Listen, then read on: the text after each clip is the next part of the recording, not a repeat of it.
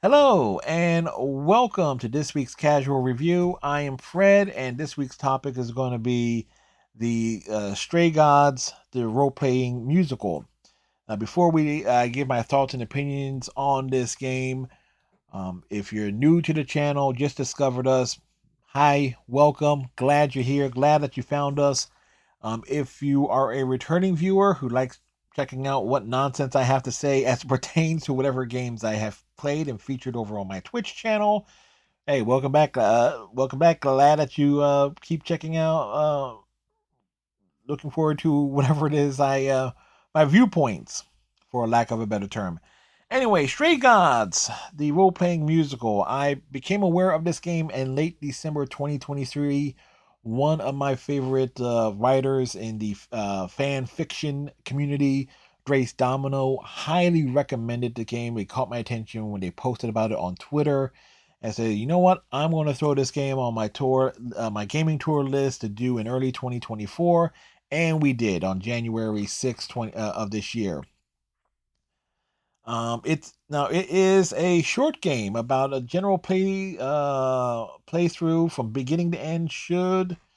It took me 6.5 to 7 hours to do. I believe the average is about 6 hours, and I'm going to assume your mileage on that kind of will vary depending on how in depth you're getting with the conversations. If you're looking to get all the lore and insight on the characters and the plot as possible, which I do highly recommend. Is like you don't skip any dialogue options if you can help it, especially on the first playthrough because there is a lot there. Um, Now, as you can probably tell, the animation of this game is rather limited. It's more akin to a visual novel in terms of its overall presentation, but it's also like a comic book. Like everything is presented as like almost like a comic book panel, with a lot of either like backgrounds, a lot of feature on a character who's either the primary focus, a lot of creative zooms and slight pans here and there to add to the emotion movement with some, again, there is some limited animation to show like some character movement if they're doing like a quick change of position back and forth a little bit. But again, it is to this game's benefit because it does not take away or distract from the incredibly well written dialogue and from the from the music. Now, the music is actually where this game also really stands out. If you've ever played a Telltale game, the classic Telltale games, where you had the limited timed responses, where you get your three choices but you get a little timer that's shrinking down. That mechanic pops up on just about every single musical number, and you have a choice of how the character that you play as, Grace, how they respond and how they contribute to the song that is being sung. So there are some choices that are like where she becomes across more charismatic and then more cunning and manipulative, or more fiery and combative with how she sings and what lyrics she is contributing, when the songs throughout the game become a duet, which is an which is awesome. Which means you can play through this game three different times, and if you dedicate yourself to making specific choices or a style of choices throughout each individual playthrough, you can go through the same hear every song three different ways, which is and then you have the option to really mix and match as well. So which really can drive things a bit nutty in terms of tone. If if the song is if the musical number is long enough where you get to or two, and I think there's maybe one that gives you three options. If my memory serves me right, but generally there'll be one or two, uh, is like the general average throughout for every musical number. And of course, you have like and I mentioned Telltale style games because so you also have moments where your choices matter, like how you choose to play to have things play out really matters. You have four unique love interests, throughout the course of the game. Persephone, Apollo, Pan, and Freddy. Um, and or you can end up with a no love interest, depending on again your choice. Some some of the gods, the Greek gods that are represented in the game, have specific fates where either one lives and one dies, one gets punched or forgiven, or and I forget what the third one is for. I know there's two, and I'm referring to Athena on this one here. One is that they get punched and sent into exile. One is that they are stripped of their. One of them is that they're stripped of their position, and the chorus gets disbanded of a sorts. And then you forgive Athena is the third choice there. And again, if one lives or one dies, I'm referring to Aphrodite.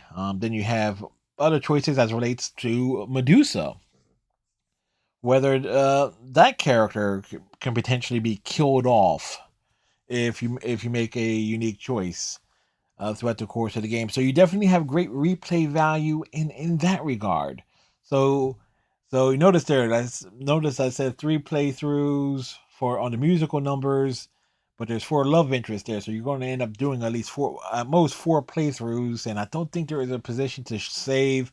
And I didn't notice anything as related to a chapter select to like jump back and make different choices. Now, if there is one drawback to this game, at least in my experience, because I played the Xbox Series version, um, and this is in Act 2, I experienced some really weird lag and slowdown. And I was playing this on a console, and this was when heading into the reliquary, or like the exterior of it. There's a lot of foggy area, and for whatever reason, there was like some really noticeable lag and slowdown with the inputs. It's like the analog response and button presses were not responding when you're in the reliquary with um Hecate and the Minotaur it was fine. It's just on the exterior that was kind of like weird, and thinking that something made me think something was wrong with the controller. But so that is the one like little glitch or issue that I had with the game. But other than that, was a very great experience. Would I be replaying this again? Oh, absolutely, I would, because of I know what choices I made entirely on the first playthrough. I did all fiery choices, so that means the second playthrough. Oh, I did all the fiery choices and had Freddy as the love interest at the very end of the game, and Aphrodite lived, and Athena was punched, and also Medusa lived. So be able to make since I know I made these choices, I can just easily go make other different choices on the second playthrough and subsequently the third playthrough, and then of course there will be a needed fourth playthrough for anything that I missed over the course. So I'm definitely will be playing this game again at some point, because again, it's a perfect length for a single night playthrough. Be able to throw it in, kick back, and enjoy some good music and some extremely well written dialogue. So again, I highly recommend it. And I know it's available on Steam. I know it's available on the Xbox consoles because that's how I played it.